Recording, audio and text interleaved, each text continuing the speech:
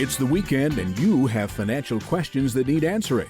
That can only mean one thing. It's time for Jill on Money, the show that takes the mystery out of your finances. Here's your host, Jill Schlesinger.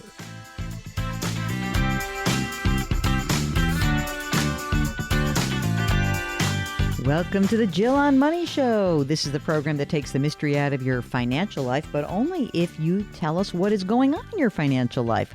We love to answer questions. That's me and my partner, Mark. We're both CFPs, and all you need to do is send an email. Ask Jill at jillonmoney.com, or if you're on our website, jillonmoney.com, just click the contact button. Don't forget to tell us if you would like to join us live here at the Sleep Number Virtual Studios. It's so easy. Mark does all the work.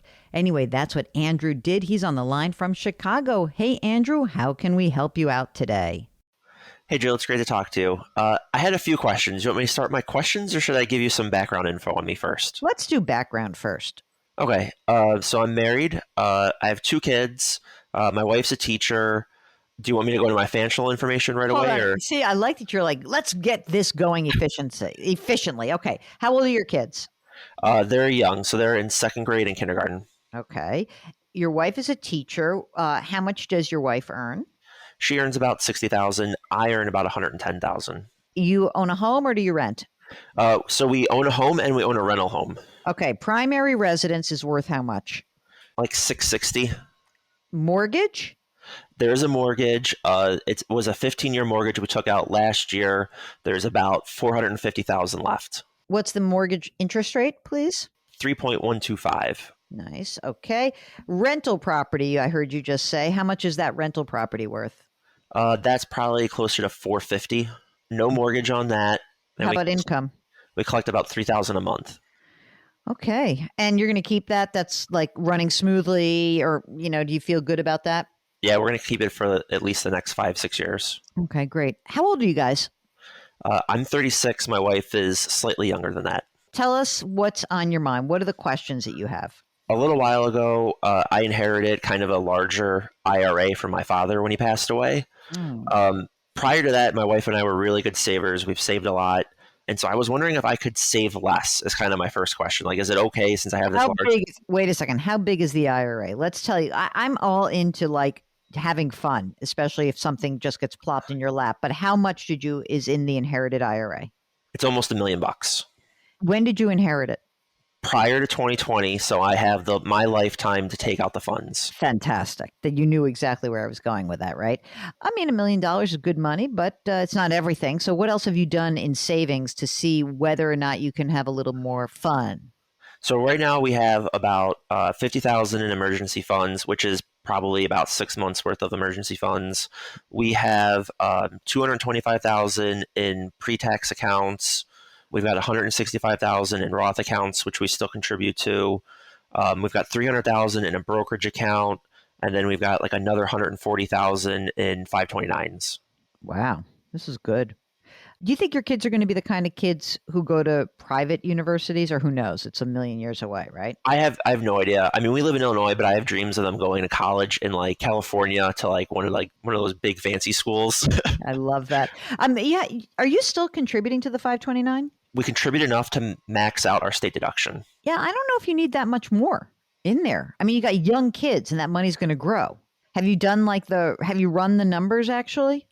So I do, and if I have like pie in the sky dreams of them going to some Ivy League school, yeah, I'm not quite on target. Like we would need like $400,000 for each kid, but if we go to a state school, we would be pretty set.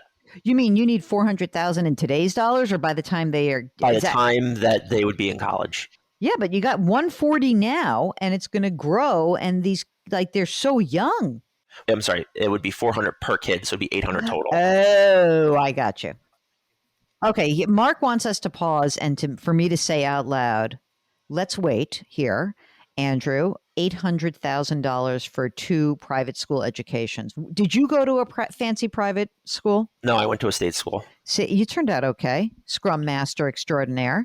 I mean, I don't know. Don't go crazy funding this 529, really. I mean, if you really want to stop saving some money, that would be the first place. Are you guys both maxing out retirement? Like, tell me what the contribution level is and where you'd pull back from in terms of like having a little breathing room. I'm contributing 15% of my salary. My wife isn't really contributing anything because she's going to have her pension. She has a very small, I think it's a 457, but she only does like a couple $1,000s into that. I was thinking of lowering my contribution down to the employer match.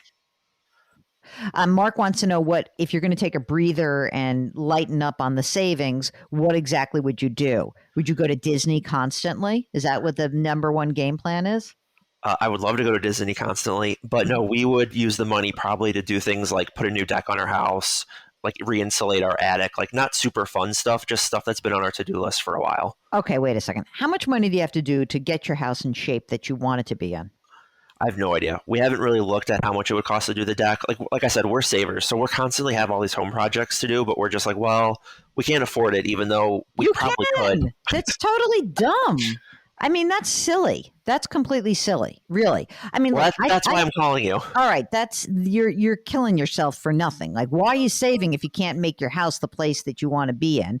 If anything, I wish you had a mortgage on the rental property, which is now more expensive to have. So I won't go out have you go get it. But it's like rental properties work better with mortgages. It's called leverage. It works to the benefit of you in the tax code, but you don't have one there. But you have tons of money. So do your house, for God's sakes. You got money that is in a brokerage account, and I would use that money. If anything, like go out, figure out how much money you got to spend to do your deck and re-insulate and paint your house and spend the 50 grand you got to spend, which doesn't sound like you're going to spend much more than that. But what do I know? Even if it's 100 grand. Do it, spend it. But I would not stop saving in your retirement. I don't think that that's where the issue is. I'd stop saving in the 529 plan. Okay. You have no problems. Things are great. She's going to have a pension. You're putting money away. You've got a ton of money saved, but you're making yourself crazy. You got to give yourself permission to spend some of that money.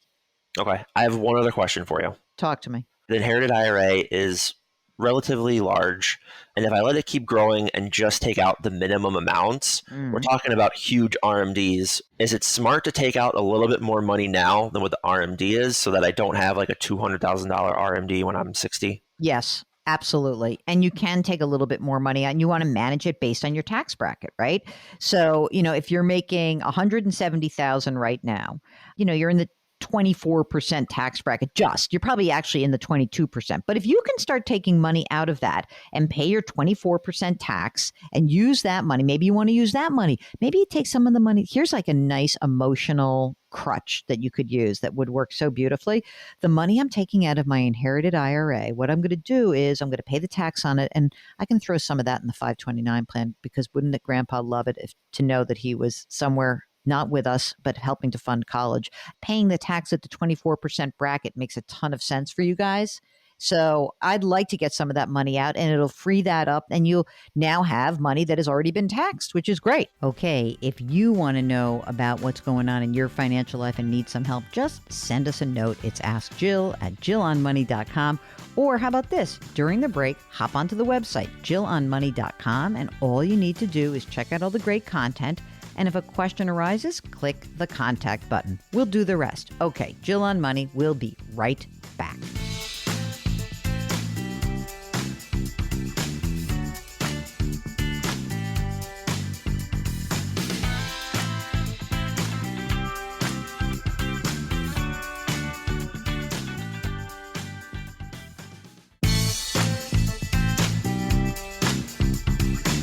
Back to Jill on Money, where Jill Schlesinger helps you take the mystery out of your finances.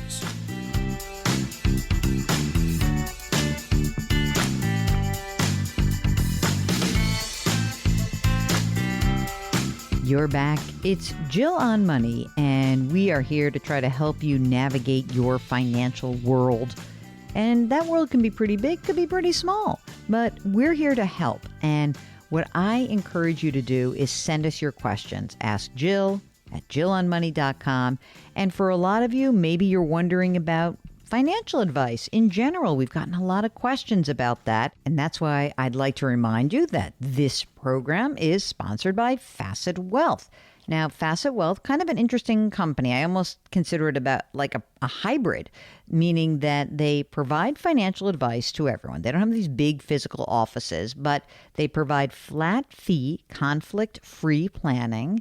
And the CFPs that work there, they are fiduciaries because that's what their whole accreditation is about. But they're really focused on goal-based financial planning, and it's coming from dedicated advisors, not just a random advisor in a call center. There are no wealth or account minimums, so check them out. It's facetwealth.com. All right, so we're going to get into a bit of a long conversation here with one of you listeners. It's been great to actually get to know all of you by doing this live. So if you have a financial question, you'd like to come on the Sleep Number virtual studios, just make sure that you tell us that. Today, we are talking to Matt, who's in the South. And we're not going to disclose his location. But let me just say, Matt, Mark just said to you, we don't get a lot of people who come on the air with us from your part of the country. So you've got to represent, give me that whole like nice Southern hospitality. So welcome to the program. Well, it's awesome to be here. I really appreciate y'all taking my call. And yeah, I don't know what to say. I'm super excited. You just said y'all. So your job is done. Okay, what can we do for you today? So my wife and I, we're young and we're good with our finances. I've always heard about the FIRE movement and that sort of thing. And I know you're against retiring early. You enjoy a nice, long, prosperous career. But I'm curious if what we have set, our foundation, is good enough for us to maybe slow down a little bit, maybe work part-time, maybe make a little less money. Just kind of your opinion when it comes to that. I want to just go on the record to say I'm not anti-FIRE movement. I'm really not. And I love the idea. And we've had many episodes on various broadcasts. I've talked about it on television that I love the idea that people want to save a lot early in their lives in order to have more options in the future. That's really the core concept that I think it's just awesome. I really do. So I want to encourage people and say that's great. I think it's tough to know what you think retirement is or is not going to be if you're in your 20s and it's so far off. And so the reason why I have often been a little bit skeptical about retiring early is that I think that most people actually want to keep doing something. And I agree with that. That's what my wife and I want. So she's in the medical field. She's a nurse. So she's obviously burnt out over the past year. So she wants different options. And I have a finance background. I have a degree in finance. And I want to go towards working what I'm passionate about rather than working for a job that I have to make money. So it's not that we want to quit work. It's that we want to slow down. We're from the South, right? We have a slow way of living. We can sit outside on the porch, drink coffee, and we're super happy. I don't need the big spending to do different things. So it's just, my goal has always been to start early, invest, have that foundation so that we can do what we want to do, like you said. So, right. Makes a ton of sense. So, Matt, how old are you? I am 26. My wife is 27. I turned 27 in August. How much do you guys make together? We combined make 100, and that is 50,000 pretty much split down the middle. I'm supposed to get a raise coming up pretty soon, and I'll go up to about 58,000, just under 60. But I have also been taking interviews for different positions and things. So, who knows where that may go. Okay. Well, that's great. Do you each have retirement plans through your employers? Yes. So I work for my state. So mine is a pension, but so I also put money into a Roth, obviously, because I don't really fall back on a pension. So I did have a question. Obviously, working for the state, we have a deferred compensation plan, and I have a little money in it. How do you feel about those? Because I know there's some things to where we can take money out kind of earlier in those if I did leave my position. Are they all they're cracked up to be? Yeah, I mean, there are some ways to access the money, although it's not as easy as you think. And it's usually when you'd be in your 50s where you could first access it. But let me ask you a question about the pension. You're so young. How many years in do you have? Just a few?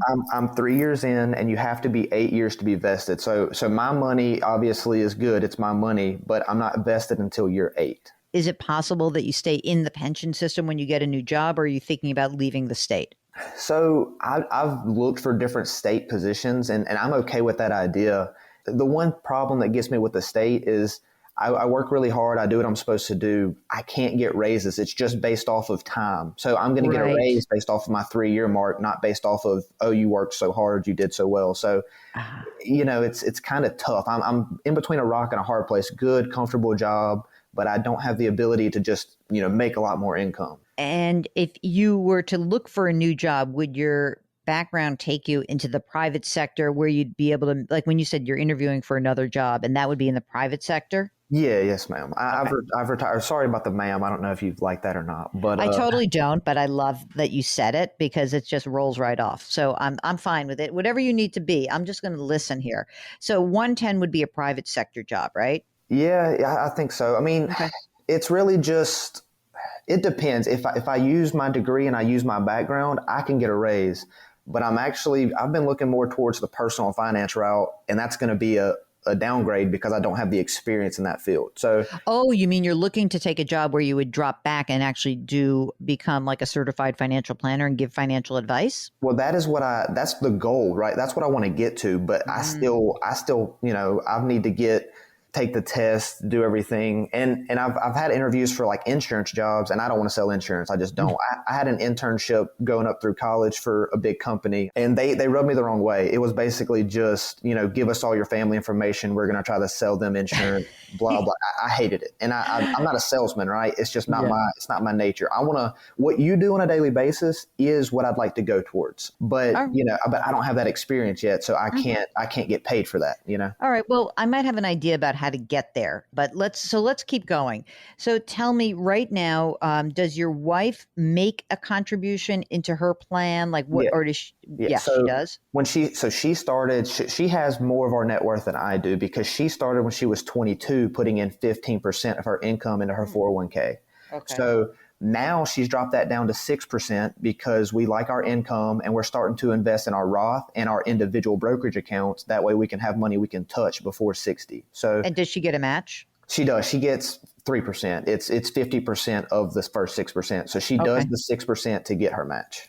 And how much has she saved so far in the 401k? So she has $58,000 in her 401k. Great. And how much do you have in your Roths? So we each have 20. So that's another 40K in our Roths. Great. And you guys are putting in the $6,000 each into your Roths. Yes. She's putting 6% into her 401k. You're part of this pension system. And are you making any contributions into your defined? Yeah, we have to do 9% into the pension. It comes straight out of our check. Right now, I'm not doing anything into the deferred comp. It has a small balance of like $4,500. So last year, I stopped doing it last year because we saved up some cash. We paid for our own wedding last year. And then we also bought a duplex, what we're house hacking, living in one side, renting out the other. So that took some cash. So I like that you use that word, house hacking. Let's talk about the duplex. How much money is it? How much is it worth? The appraisal when we bought it a year ago was $360, but with the market being insane, it's probably closer to $380, $390 right now. And you have a mortgage on it? Oh, yes, ma'am. It's $340 is the mortgage. We did the FHA 3.5% down so we could we wanted to keep as much cash as possible because we had the wedding coming up. So we had more to put down. We chose not to do that. We'll get back to our conversation with Matt in just a moment.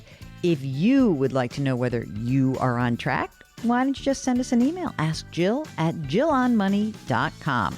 And if you're on the website, JillOnMoney.com, click the contact button. Isn't that easy? We'll be right back.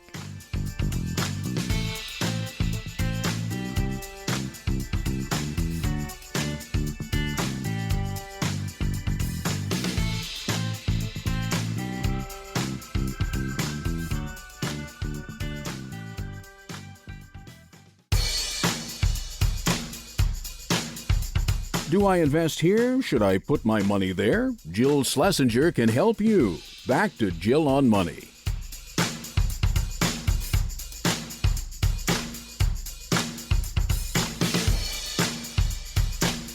You're back. It's Jill on Money, and this is the program that is trying like heck to take the mystery out of your financial life. We're trying to guide you. We're trying to coach you. And Mark and I love this program because we learn so much about you guys, but we also feel real gratitude because without you, the show doesn't work as well. And we don't want to drone on and on and on. No, we don't want to do that. We want to actually talk to you and field your questions. So if there's something going on in your financial life, maybe it's an education funding question, maybe it's a tax question, maybe it's a real estate question, why don't you give us a holler? Our email address is askjill@jillonmoney.com, askjill@jillonmoney.com. And if you're on the website, maybe you're signing up for the free weekly newsletter, all you need to do is click the contact button. Okay? Very easy. And don't forget to tell us if you want to come on the air with us. That's what Matt has done. If you missed this previously, you're going to have to go back and listen. So go to the website and listen to this after the case. But Matt has lots of things going on in his life. So let's continue our conversation with Matt. So now let's just work through this. So you're living in one half, you're renting the other half. And does the rent that you receive pay for your expenses for the whole thing? Everything except for about $300. So our quote unquote house payment, rent payment, whatever you want to say, is $300 a month that we split. Oh my God, that's fantastic. Do you guys have any debt from school? So my wife paid hers off. I have $25,000 and I've chose not to pay that due to, the political standpoint, what may or may not happen with it. It's 0% interest, so it doesn't bother me. I don't lose sleep over it. So I'm just kind of hanging out, seeing what happens. Do you feel like on your $100,000 right now, with the amount of money that you're saving away, you've got this debt, you have an emergency reserve fund, I imagine? Yeah, we have $20,000 in cash and another $20,000 in just brokerage accounts. Do you have extra money every month to put away at this point? So yes, our baseline budget is about $3,000 a month in bills, food, the fund money that we allocate ourselves. So, and we bring home a little over between $6,000 and $6,500, depending on my wife's hours. So, holy smokes! Right. So we have $3,000 in there too. We typically put $500 each into our Roths and another $1,000 plus into our individual accounts. And like I said, that's only been basically since December, January, because we got married last October. So right. It's been a slow haul, but we're thinking about more rental properties because this has went so well. There's a lot. Let's not do that. Let's not do that. Okay. Well, I'll tell you why. I mean, look, it depends if you really want to be in that business, but if you want financial independence, yes, of course, rental property can do it, but don't forget, you've got to tie up money, right? You lose your liquidity. And essentially, if you want as many options as possible, you've got to remain as liquid as possible. I think what's interesting here is in your state plan, do they offer a Roth option instead of just, sort of the straight up what they're doing now? Is there also a Roth option? There is not. I wish there was. There is not. Okay. Your wife also, they only have the traditional, right? They only have the traditional, yes. And it's a fantastic 401k. She has Vanguard funds that are 0.04 basis points. I mean, her 401k is fantastic. I'll say that. I mean, look, you guys are in great shape. You have very low cost of living, right? You are planning on having some kiddies? Yes. So hopefully not within the next year or so, but maybe 2. Let me just say something. You have something to do with that, hopefully. There's no hoping. You have something to do with that. You would think that. So you would think that. But I think my wife is really, I gotcha. Okay. So kids are coming. Yes, ma'am. Okay.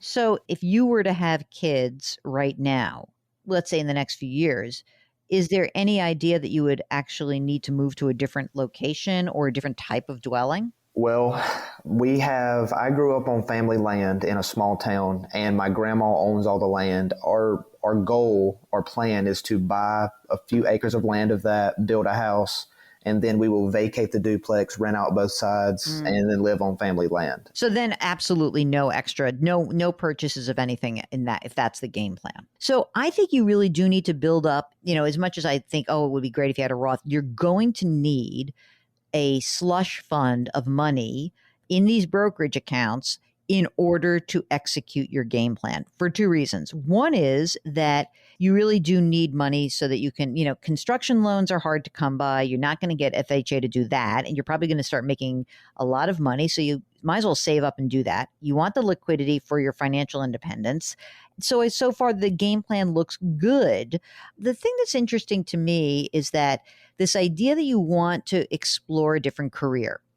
And if I may be your Aunt Jill for a second, a lot of people come to me and they ask me about going into financial services. And I think it's a great idea and it sounds like you have a passion for it. But as you said, it would require you to take a step back. So let's just pretend that, you're not passionate about what you're doing, but it's not a bad job. It might be a good opportunity for you to start the process of taking a couple of classes to get your certified financial planner designation. Because, like you said, it's like you work hard, but you're not killing it. And you know that if you go to a new company, especially something in the private sector, that you're going to be under the microscope of like the new guy, and then you're going to want to work your butt off. And it's going to be hard to do both of those things at once. So maybe you use the next few years, you stay in your state job, you work hard, you accumulate a bunch of cash, and then what you also do is on the side, you're taking CFP classes. Now, it might be a good opportunity for you to do that, to save a bunch of money, and even just to say, I have that coursework done before you even went. At that point, then you've got to make a decision. Do I want to really wait till I have my 8 years in so I'm vested? The first 2 years I was here, we traveled. I was in a hotel Monday through Friday every day for 2 years. Over the past year now, we've been working from home due to the pandemic. Mm-hmm. And so now I'm used to being home and we're about to start traveling again. Oh. And so it's weighing on me. I in the next month, we start traveling again. And so it's just weighing on me, just the thought about that. But you left that out. That's a hard thing. That's very hard. Yeah. Traveling a lot is quite wearing. And especially if you're going to have kids soon, like that's just not ideal. So now I'm going to shift gears and tell you this. Then I would make the job search a much bigger thing. I really would. Okay, we're going to get back and we'll finish up with Matt in just a second. But if you would like to reach us, all you need to do, send an email, askjill@jillonmoney.com, askjill@jillonmoney.com, and we will be right back.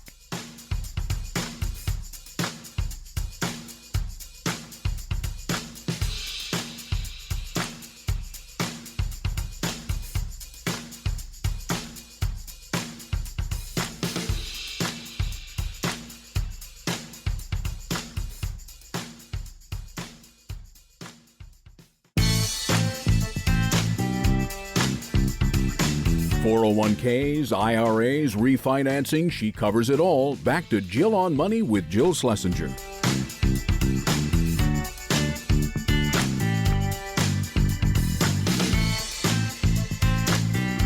You're back. It's Jill on Money, and this is the program that is trying to guide you, coach you, help you along in your financial journey.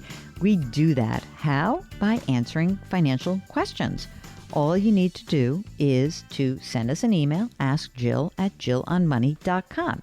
Now, maybe you're on our website because you were very smart. You actually bookmarked the website when I told you to do that a while back. And maybe you're doing that because you want to go back and read things that we've written, or maybe listen to old shows. Maybe you want to watch some TV appearances or check out those resources. Mark keeps that up. It's so great. The other thing you can do on the website is you can subscribe to our 2 podcasts. We have 2. So one is called Jill on Money, same name as this show. So if you're a podcast kind of person, just go to wherever you listen to podcasts and search for Jill on Money. The other show, it's kind of new. It's called the CBS Eye on Money podcast, and we drop that every Tuesday and Thursday. And so we've got a slightly different format for each, but, it's the general same gist. I don't want to make it sound like it's so different. It's similar to this show, but the cool thing about podcasting, of course, is you can listen to it whenever you want. So if you're walking your dogs, great, you can listen to it. And if you're just zipping around, you prefer to listen to us in the car and on the radio, then that's fine too. We just want you to listen. We don't care where. And of course, when you're on our website, do not forget to sign up for our free weekly newsletter. It's free every single week. And Mark does it, and it's great. So today we are finishing up in this segment our conversation with Matt. In this part of the conversation with him, we're talking about his desire to find a new job or career. I think a lot of us can maybe relate to that. So here is the conclusion of our conversation with Matt. I would think about finding yourself a job where, you feel good and, whether it's in the system, the state system or not, that you just want to be more challenged, and you obviously don't want to be tethered to an organization that's going to create a lifestyle for you that's really, it's kind of crappy. I don't mean that to say that they're not doing something mean to you. That's a hard thing. Travel's hard. So then what I think you have to do is figure out, then you're going to have to kind of get yourself going, get yourself set, get yourself in a place, and, then begin to start thinking about the CFP. What job can I get with a CFP if I don't really care to sell investments? I just Well, that's a great question. You would have to work for a firm that does real financial planning. Okay. Some of them are advisors through NAPFA, the National Association of Personal Financial Advisors. They tend to be the kind of people who do hardcore financial planning hourly by the project. And any NAPFA advisor, anyone who's part of that association, is actually precluded from collecting a commission. So a NAPFA advisor would be much more in line with your desire, which is, I'm going to put words in your mouth, that you want to help people. You don't want to, be forced to sell a bunch of crap to them. Perfect. Yeah. And I think that you can totally find those folks, and the industry is moving in that direction. But obviously, if you've saved tons and tons of money, then you are actually in a much better place to be able to take that step backwards to advance your career and get more in line. Like, my career is much more in line with my values. Right. And that's really the goal. And that was my next question with the CFP, though. Are there no positions to where a company would hire me and then allow me to train while I was there, if that makes sense? Yeah, of course. There's plenty of places that will do that, but you're going to make like $50,000 a year. I know you live in New York, but for the South, I make $50,000 now and I'm not that happy. So, all right. So good point. I'm saying $50,000 in like New York. I don't know what the market is there. Maybe it's going to be 35 or 40. Mark, is that fair to say? Like, what's a paraplanner make, do you think? Yeah, I'm thinking 35, 40. You got to go look. I would do this. I would start doing some research in your area. I would talk to people. I would go to so here's what you do. Go to the NAPFA website, the National Association Personal Financial Advisors, type in your zip code and see which advisors are in your area closest to you. And then I would just call them and say, like, I'm really interested in this industry. Can you tell me about it? And talk to them and start getting a feel for what they do. You guys have your estate documents? You got wills?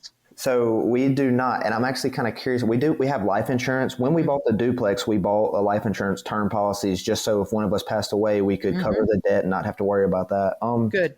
With us being young, not having kids, what would you recommend for that? You need sweetheart wills. I leave everything to you. You leave everything to me. And by the way, you've got brokerage accounts, and those don't pass by contract. So you have to do that back and forth. You need a power of attorney in case something happens to you. Someone makes a decision on your behalf. And you need a healthcare proxy. You can always change it when you have kids. Get something basic, get it done. You can do it online if you want. If you have a friend who's an attorney, see if you can get a cheapie. But these are not expensive documents. You might as well get it done now. And you can, as I said, when you have kids, you update it. Well, I appreciate it. Y'all have been fantastic. I was super excited to talk to you guys. It doesn't matter. You're from New York. I'm from the South. Different political views. None of it matters. Can't we all get along, baby? Come on. Y'all have fantastic advice, and I know y'all help a lot of people, so I really appreciate it. Okay, we'd love to have you on the air also. Matt was a great call. We just want as many of you as possible. Send us your emails, or if you're on the website, click the contact button. Again, it's askjill@jillonmoney.com. Jillonmoney.com is our website. The contact button is there. Use it, and we would be delighted to find you wherever you want to be found. Okay, we'll be right back.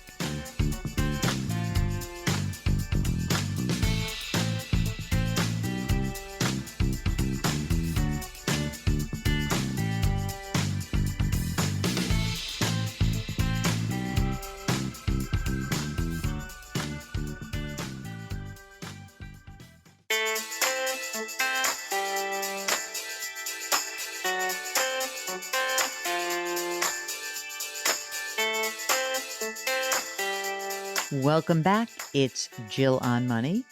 And we always like to slip in a little extra question right before the hour is up. This one is from Alice, and the subject is, long-term disability insurance. Alice writes, I have read that it's good to have long-term disability insurance. However, I have found it difficult to find companies that still offer this option for new policies at a reasonable rate. Oh, Alice, you just gave me the big problem. There's plenty of places that will give you disability insurance, but it's expensive. Here's the issue. Disability insurance is extremely important, especially if you're self employed. In fact, I wrote about this in my book, in the Dumb Things Smart People Do with Their Money 13 Ways to Right Your Financial Wrongs. I tell the story of how I had a client who was getting into business for himself and he didn't buy disability insurance coverage, and then he got diagnosed with a horrible disease. I don't have any particular companies that I would recommend, but I might be interested in learning a little bit more about why you're considering it. Because Alice goes on and says, is there another insurance option for someone just starting a career, just to have a little added protection in case something happens? I'd like to know more about you, Alice. Mark, does Policy Genius do DI? Okay, so the other thing you may want to do is you may want to hop on to Policy Genius. They have been a supporter of the show. They're not advertising right now, and we have had the CEO on the show, and I like her quite a bit. So I would go to Policy Genius and see if you can get some alternatives. PolicyGenius.com. That's the website. I'd try that. Okay. And they also have a nice explanation about disability, the difference between short term and long term, and the different flavors that disability insurance comes in. So check that out, Alice. I hope that is helpful to you. Now, before we go into our next hour, we have a quick break. During that break, here's what we want you to do. Go to the website, JillOnMoney.com. Bookmark that website because there's so much great stuff that Mark puts up there all the time.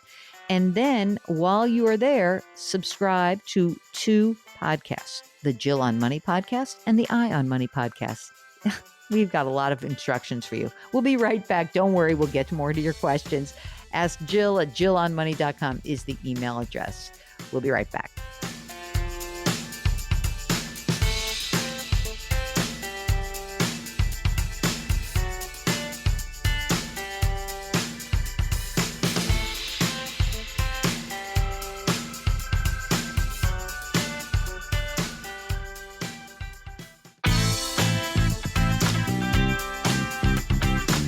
It's the weekend, and that can only mean one thing. You're listening to Jill on Money, the show that takes the mystery out of your finances. Here's your host, Jill Schlesinger.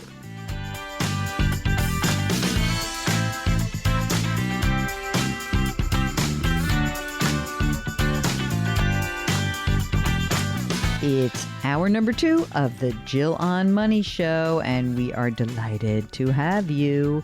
If you've got a financial question, give us a ring, give us a holler, drop us a line, ask Jill at JillOnMoney.com. I don't think you can give us a ring anymore, but sorry about that, Mark. Remember that old 800 number? That was fun. Anyway, we want to hear from you. Ask Jill at JillOnMoney.com. If you're on the website, of course, just hit the contact button. And don't forget to tell us if you would like to join us on the air from the Sleep Number Virtual Studios. That's what George did. George is on the line from Boston. Welcome to the program. How can we help you out today? I am a relatively young person. I'm 28 years old. My wife is actually just turning 28 as well. We both started our career in the nonprofit sector. We actually both changed jobs recently. She started working at a search firm, and I actually started working at a small consulting, Salesforce consulting company. So we have a couple goals. One of them is to buy a house in the not too distant future.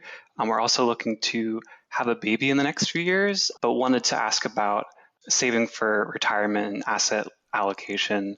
Since we both started new jobs, we have to go through all that and figure out what we want our asset allocation, and also whether to enroll in Roth 401ks or in traditional 401ks, and what might be best to do there. Got it. So let me ask you a couple of questions. So you're both now, you have left nonprofit land. You're both now in for-profit land, correct? Yeah, that's correct. And my wife was actually on furlough for 6 months and then was laid off. So we had a little bit of a gap there, and I was luckily employed through that, but we did both changed careers pretty close together within a couple Wow. months. That's a lot to take in, though. I mean, like to both start new jobs is tough. I'm so glad you both have jobs. So that's fantastic to hear. Has the shift in career meant a change in compensation? Are you making more or less or the same than you were? Yeah, we are luckily making more, given we were both in different size nonprofits, but we are making a good bit more than we were. How much are you earning now, George? Yeah, combined, we make 127,000. And are you both eligible for 401ks through the new work? We are. I have a 90-day waiting period, so we have a little bit of a gap there, but we are both eligible. And 401ks, are they both 401k plans? Yes, they are both 401ks. And they both have Roth options?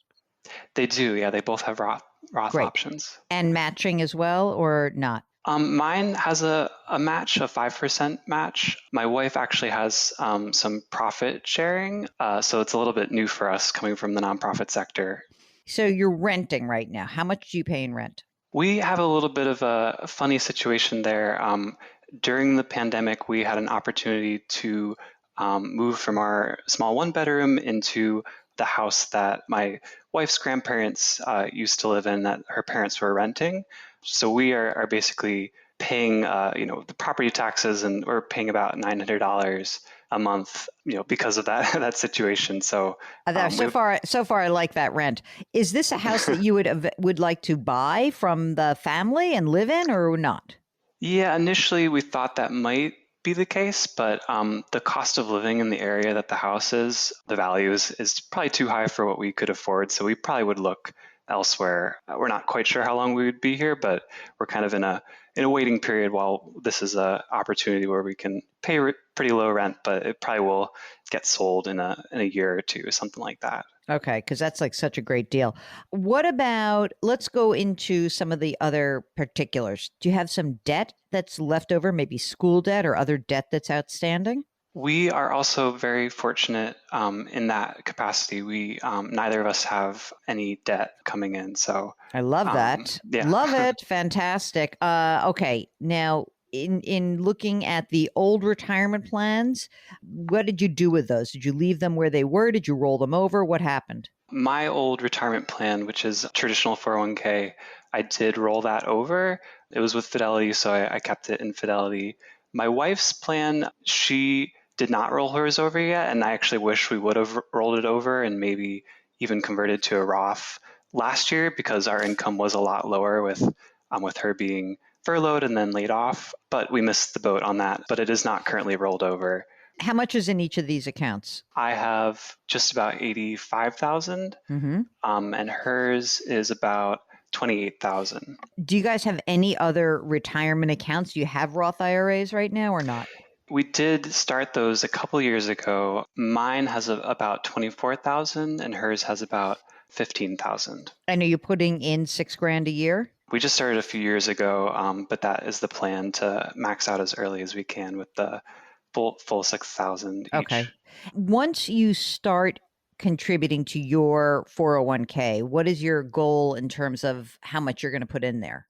Given our situation this year where our expenses are pretty low and we both started new jobs, we are potentially planning on maxing out, maybe even both. I'm not sure how close we'll be able to get there, but given our expenses are pretty low and our only big savings goal is a house down payment that we actually already have about like $124,000 saved for a house down payment, we figured we might divert our energies into saving more for retirement this year, given our situation. So you have $124,000 in the house down payment fund. Is that separate from your emergency reserve, or is that all sort of clustered in together? It is separate. Our emergency fund is about $12,000. It actually is about 5 months of expenses right now because our expenses are so low at this time, but we might look at beefing that up a little bit.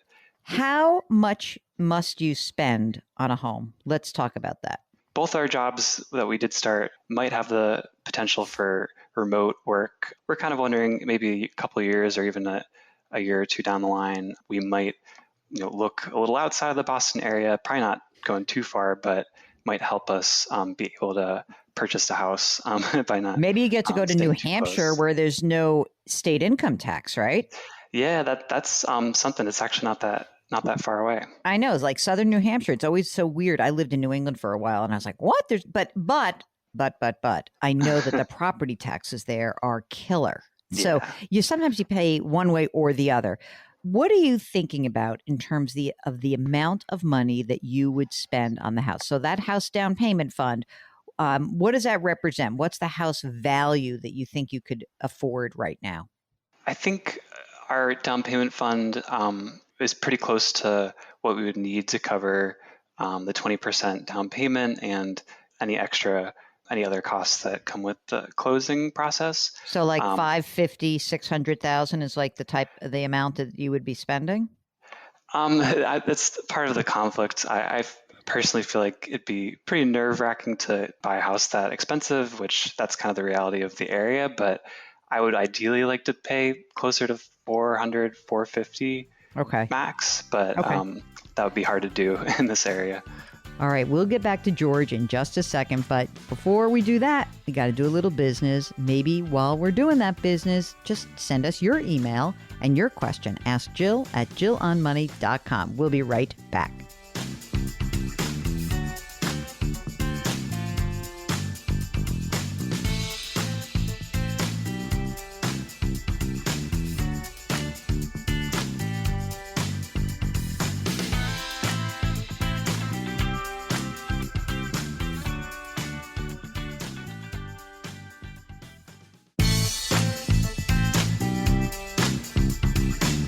Back to Jill on Money, where Jill Schlesinger helps you take the mystery out of your finances.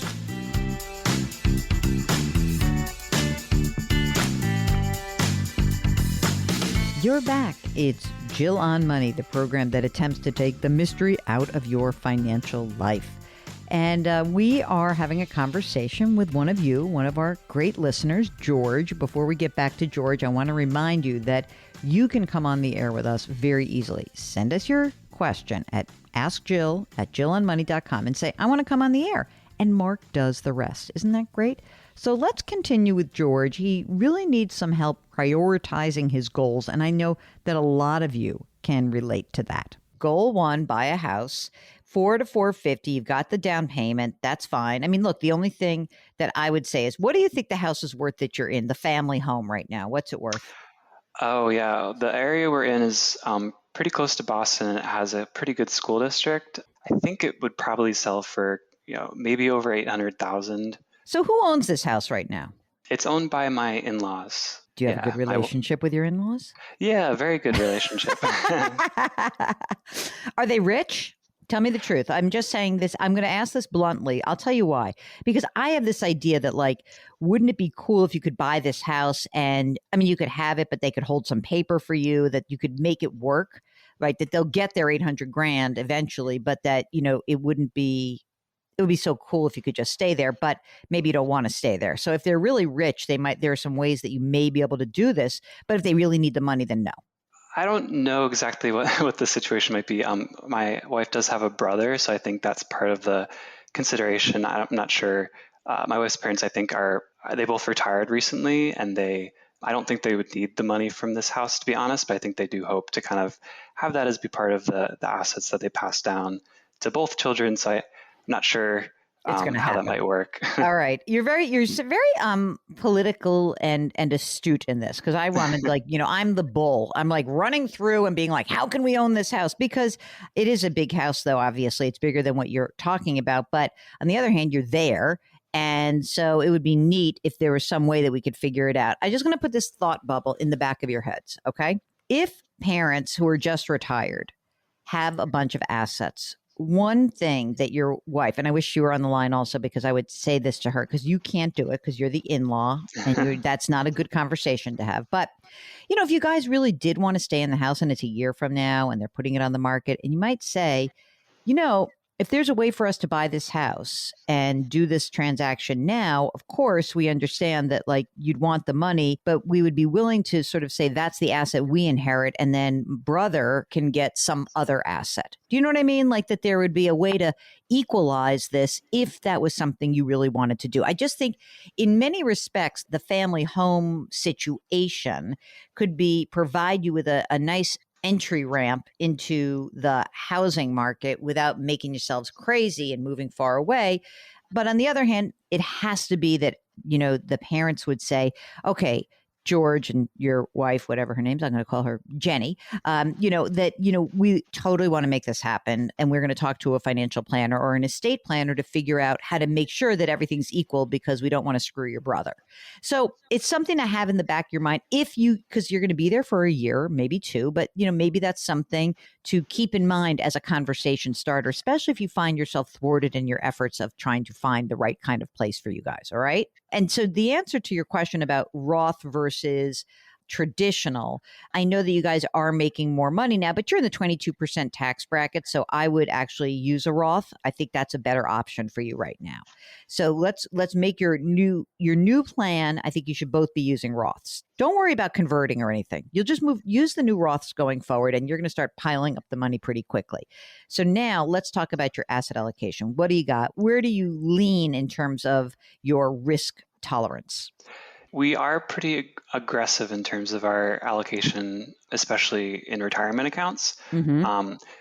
Our house down payment is high interest savings account as well as bonds. A retirement savings is pretty much entirely in stocks, some total market index funds. Roll the dice. Okay. I mean, you're in your 20s. I'm not going to tell you to go, you have all the other things, the things that are checked off. And so you rolled over into Fidelity. So you're using mostly the Fidelity index fund environment, right? Yeah, that's right. I have a S&P 500 that I was thinking about changing to the total stock market. I'm sure it doesn't make totally doesn't matter, but it's fine. Whatever you want to do. Total stock market's fine. What else you got? I also have the Roth IRAs are both Vanguard in VTSAX, so total stock market funds as well. What about in wife's old retirement account? She was also with Fidelity for that. Mm-hmm. She is in an S&P 500. Are you only going to be using the U.S. market? Can we put some international in there? Can we put some small cap in there? Is there, can I convince you to just, even in your stock habit, to like get a little bit more diversified? What do you think? Yeah, that's something I wanted to ask about. My wife actually has access to some pretty low-cost, small, mid-cap funds as well as international in her new Roth 401k. And that's something I wanted to ask about, diversifying a little bit in that way. Don't really have any international funds. I would have, unless you want to do it in, you can just keep everything in the stock market index in your rollover if you want. But I would suggest that, you guys should have 10, 15% international, maybe a smaller percentage of that, maybe like 5% in emerging market. What about a little small cap fund, which is something that I think is really important, an important component. I prefer small versus mid cap myself. If you have the option of maybe there could be a real estate fund or a commodity fund, a few percentage or, 3, 4, 5% in there. And, just to humor good old Aunt Jill, it wouldn't kill you to have just an extended bond index fund, just maybe 5 or 10%, just a little something in there. That's it. And then I think you're good to go. But I do think that rounding out your allocation, adding a few other asset classes in there would make sense. If you are looking at having a baby sooner rather than later, I think that for both of you, and I know that you have this 90-day wait period, so I really do want you to beef up your emergency reserve fund, especially considering that, number one, as you said, it's a little bit light right now. So during this period of time, do me a favor, beef that up so you have, more like 6 to 12 months and lean a little bit heavy on your emergency reserve fund if you are considering having a child in the next couple of years also? And what about estate planning? You guys have some wills? We do not yet. My job, I just learned that they actually have a benefit where they will do some of that basic stuff.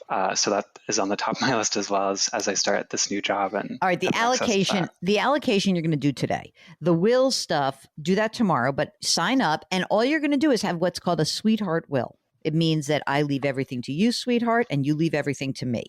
And make sure that all of your, I'm sure this is already done, but your beneficiaries, you're each other, right? You're each other's beneficiaries. The reason why you want to just have the wills, might as well have the wills done now. Then when you have the baby, you can very quickly adjust. I think that you'll probably need to think about you probably don't need much life insurance right now, but when you have a baby, you're going to put that on your list also, like, oh, we should get some life insurance. Small little matter that you should understand is that it's very hard to get insured once you are pregnant. So if you're thinking about getting pregnant sort of anytime soon, you may want to get just a little baseline coverage for yourselves, even if it's like, let's just get $500,000 for 20-year term policy, because just in case, God forbid, there's some sort of complication in her pregnancy that would prevent her from getting covered. That's all. Oh yeah, that's really good to know. I didn't know that. George from Boston, go on. Let's, number one, change your allocation. Number two, tomorrow, the estate planning, the wills. Keep us apprised of what's happening. You must, because I'm now very intrigued as to what happens next. Are you going to go to New Hampshire? Will it be Western Mass? Who knows? Stay tuned. George from Boston will keep us posted. Hey, thanks so much for getting in touch with us, and we wish you the best of luck. Thank you so much, Jill and Mark. I really appreciate it. Okay, so while we go to the break, think about your goals and what are they? And if you're going to come on the air with us or you're going to send us a note, that would be really helpful. It's a good way to start the process. What is most important to me or to my family, to us? It's so much better to do that before you start any sort of planning process. So it's Jill on Money, and we'll be right back.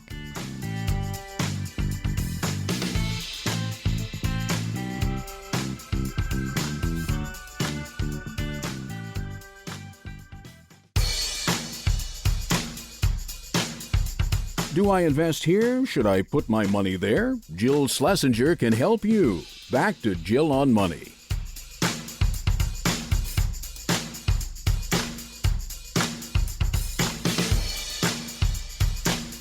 You're back.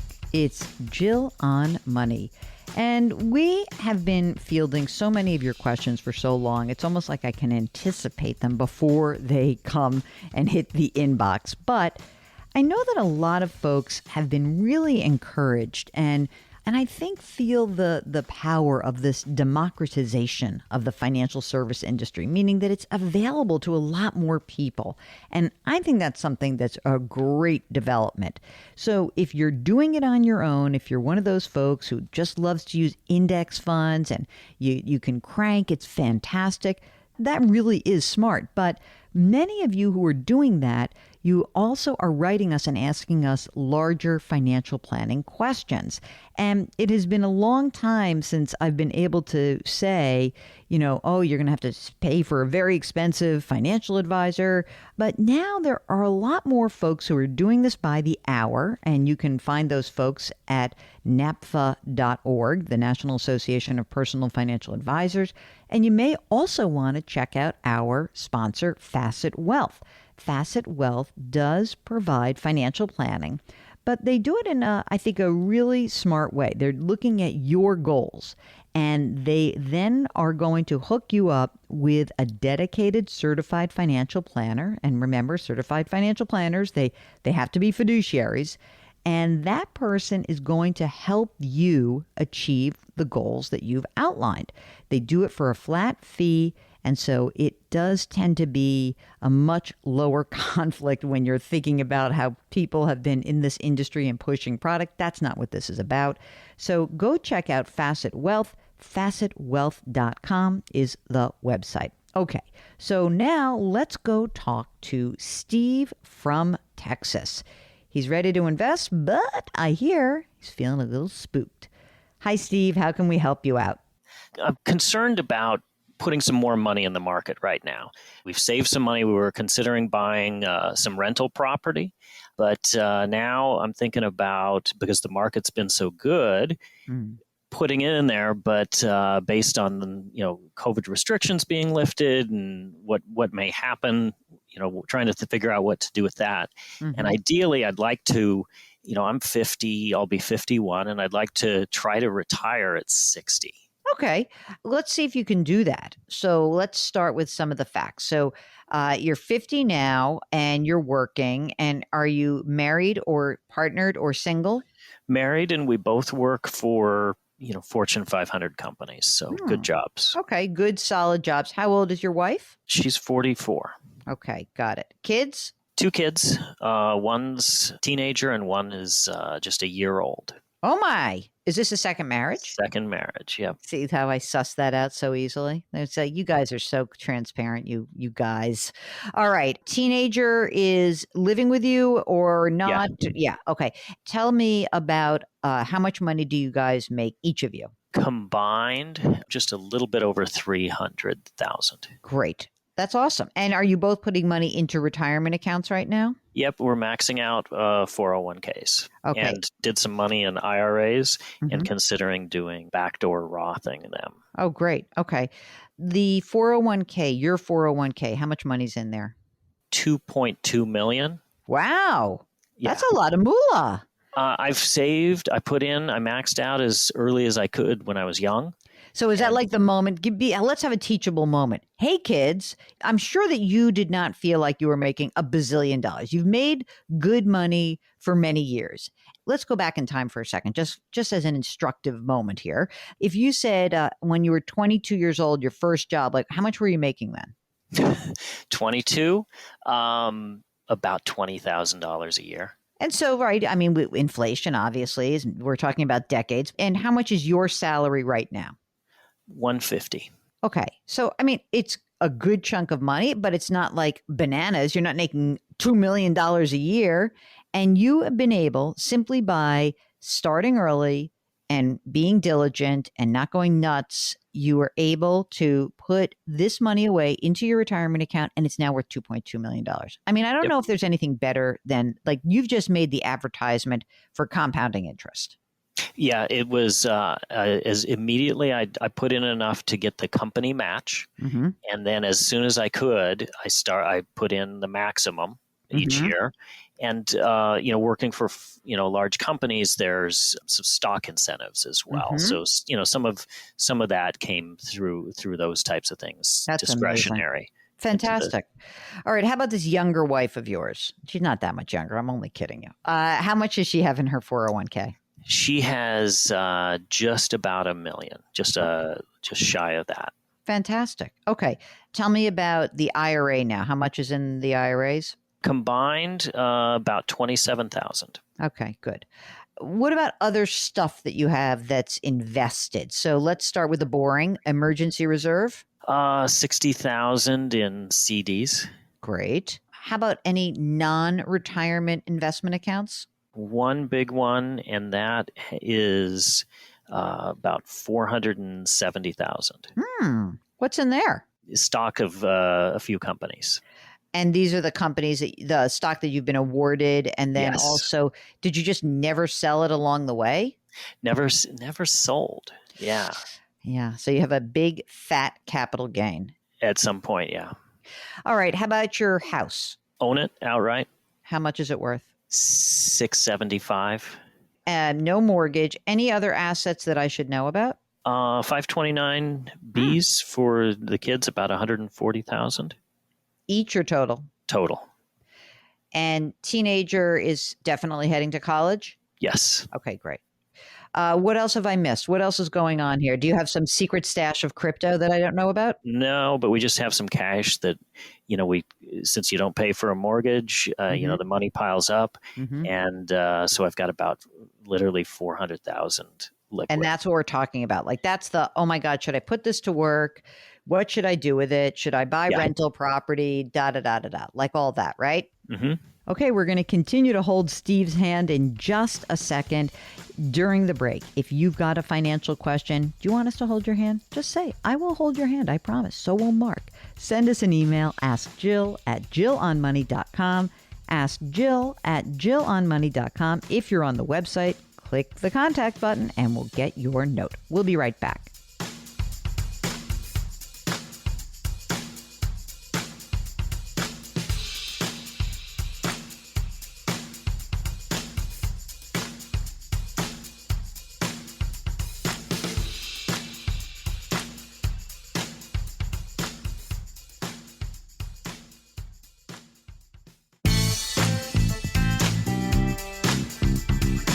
.401ks, IRAs, refinancing, she covers it all. Back to Jill on Money with Jill Schlesinger.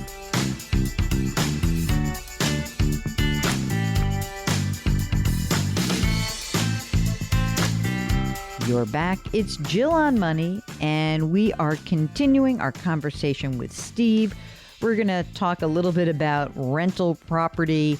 So many of you have asked about this. If you've got a real estate question, a rental real estate question, if you've got a question about refi, so many great programs now that are available. If you missed the boat on a refi, maybe you didn't, why don't you send us a note? Ask Jill@jillonmoney.com. That is our email address. If you're on our website, it's jillonmoney.com and hit the contact button. While you're there, don't forget, why don't you subscribe to our podcast? You'll see them right there. Just go to jillonmoney.com. Okay, let's continue our conversation with Steve. Have you ever owned rental property? No, but I part of why I would want that rental property is for storage of cars, boats, that type of stuff. I thought this is how you said cars, and I thought you said carbs. And I was like, man, that's a lot of carbs. That's a lot of bread in there. Why, are you an antique car and boat collector? Yes, just What? a couple. Come on. All right, tell me about that. You didn't say that. You didn't tell me what you owned. What's that? Their cars and boats aren't worth a single thing. These things are worth This is just your fun stuff. just fun stuff. Can't you just rent something place to put this crap? I could. No, I don't. I'm not like that into rental property for you. You want to don't you want to look at the next 10 years and then say to yourself, I want to actually not be tethered to being a landlord and dealing with some dingbat who calls me in the middle of the night and telling you that your pipes are frozen or, something went wrong in the place and then you're the one who has to deal with it. So I think I like simplicity in life. Okay. And so I think the 400 grand, I think is perfect. You can add it to the non-retirement investment account. And I think that since you already have this big stock position, you got $500,000 in there already almost, you could start to say, let me nibble at some things that I don't have exposure to. So the stocks you own are sort of big US stocks, right? Mm-hmm. Okay, so maybe you say, let me take some of this money every month and I'll add a international index fund, or I'll add a small company stock index fund, or I'll even own a kind of boring but plain vanilla intermediate term bond fund. And I'll just I'll get this. You don't have to do it in one fell swoop if it makes you a little scared, right? But you could say that I'll pick these three funds, and then maybe what I'll do is, I don't know what the time horizon is, but maybe it's 50 grand a month. And you do, 20, 20, 10, right? And if you're feeling nervous in any way, then you do it a little bit at a time, and you can 50 grand a month and you'll get your 400 grand invested pretty much by the end of the year, almost a little bit more, and stick to that. Or you can just do it in one fell swoop. I think that's what you should do. I don't think owning rental property is going to be smart for you. I hate losing liquidity. That's what I hate. So that's what happens when you take cash and you sink it into real estate. So that's where I am. And then, of course, leave yourself some cash so you can pay for the rent to store your boats and cars, she says with a little dripping of sarcasm. Have you actually run retirement numbers for yourselves? I have, and I've used calculators. I've used a financial planner that I've paid, a fiduciary. The numbers sort of that I've come up with is maybe at 60 I could retire, but I'd be concerned with paying for health insurance. Well, I'm not worrying about that because we're going to make your wife keep working, and then you'll be on her health insurance, right? Yeah, that's definitely a possibility. But she told me if I'm doing it, she's going to join. All right. So, I mean, I like the way you're thinking. And by the way, if you're going, let's say that it's not 60, maybe it's 62, or maybe you do something so that you have you're going to have to cover, you're going to have a gap in between whenever you decide to retire and when you qualify for Medicare. So that's just yet another reason why investing the cash on hand in a more liquid investment, just like in a plain brokerage account, then in real estate makes more sense, because you're going to have a period of time where you're really going to need to fund a gap. And so that's the kind of asset that would be perfect for it. One more question for you. In your retirement account options, do you have a Roth 401k option? Not yet. So I by the time I started doing an IRA, I was making too much. Okay. All right. I'd be interested to see whether they let you, or if they roll out a Roth option. It would be nice to have some money that's already been taxed. Because again, $3.2 million is pre-tax, right? And so that's just going to keep growing, and that's going to create a required minimum distribution for you guys at age 72. That's going to be pretty significant. So we're going to have to stay in touch, because in 10 years, when you retire and your income goes down, there could be a really great opportunity for you to convert those pre-tax retirement accounts into Roth assets if it's available at that time. Can't do anything now. Right now, you can't. I would do a backdoor Roth if you can. So I would definitely do that and make that happen. And I think you're in great shape. I mean, it really does sound like you guys have put yourself through just hard work and diligence, right? It's not like no one gave you anything. Did you grow up with a lot of money? Mm-mm. No, you just did it yourself, right? I didn't have anything. Nothing. Yeah. So, I mean, I got to say, it's all good news to me. Go forth, keep doing what you're doing. Very good luck to you, and stay in touch with us if you have more questions, okay? Hey, I appreciate it. Thank you so much, Jill. Okay, we are going to a break. During that break, here's an idea. Think of a financial question that's been on your mind and send it to us. Ask Jill at JillOnMoney.com. We'll be right back.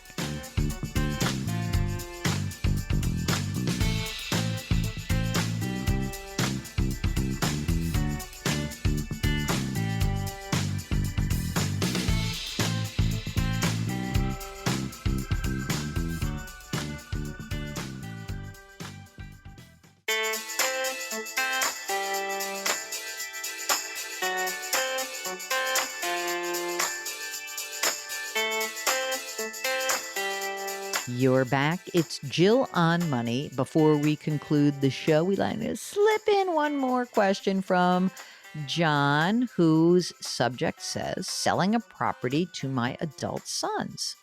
And John writes, I'd like to sell my townhouse to my adult sons who are currently renting from me. Okay. I plan on giving them a great discount.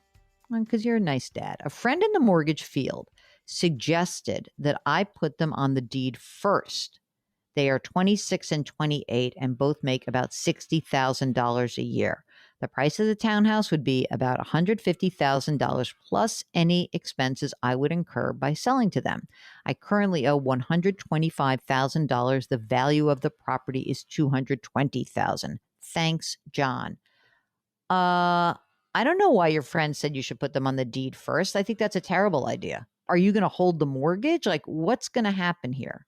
So here's my suggestion. If you're going to do this, I would sell it to them, pay off the mortgage, and let them go out and get a mortgage. If they're buying this together, right, and they are going to buy this, let it be a transaction that's a clean transaction. I wouldn't even necessarily sell it on a huge discount, some discount. But in order for them to get a mortgage, I think you have to know what the market value is going to be, and you have to do it all very clean. I'm also not entirely sure why you should give them such a big discount. If they have $120,000 of income between the two of them, it's a $220,000 property. Then they can put down a certain amount of money for the mortgage. And go get their mortgage. I think that the reality is that you need to talk to an attorney to make sure this is all documented properly. And that to me would be kind of the more important aspect of this. So, Mark, am I missing anything there? Lucky Sons is right. Yeah, I know it. All right. Well, listen, as always, we thank you so much for listening. It is always our great pleasure. Our music is composed by Joel Goodman. Mark Talercio is our executive producer. And we would like to remind you to do something nice for someone else today. Thanks so much. We'll talk to you next week.